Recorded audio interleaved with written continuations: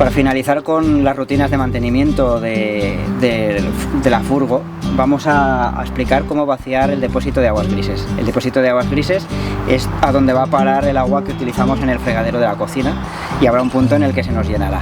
Cuando veamos o tengamos la sensación de que se nos está llenando, acudimos al mueble de la cocina, localizamos esta válvula roja de la que hemos hablado antes y la giramos 90 grados hacia abajo.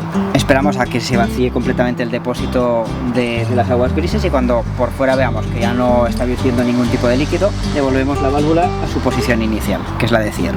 Os recordamos que cuando vamos con la furgo por ahí de viaje, en el caso de que estemos virtiendo líquidos en el exterior, podemos tener problemas y que nos multen. Por lo tanto, acordaros de siempre llevar la válvula cerrada.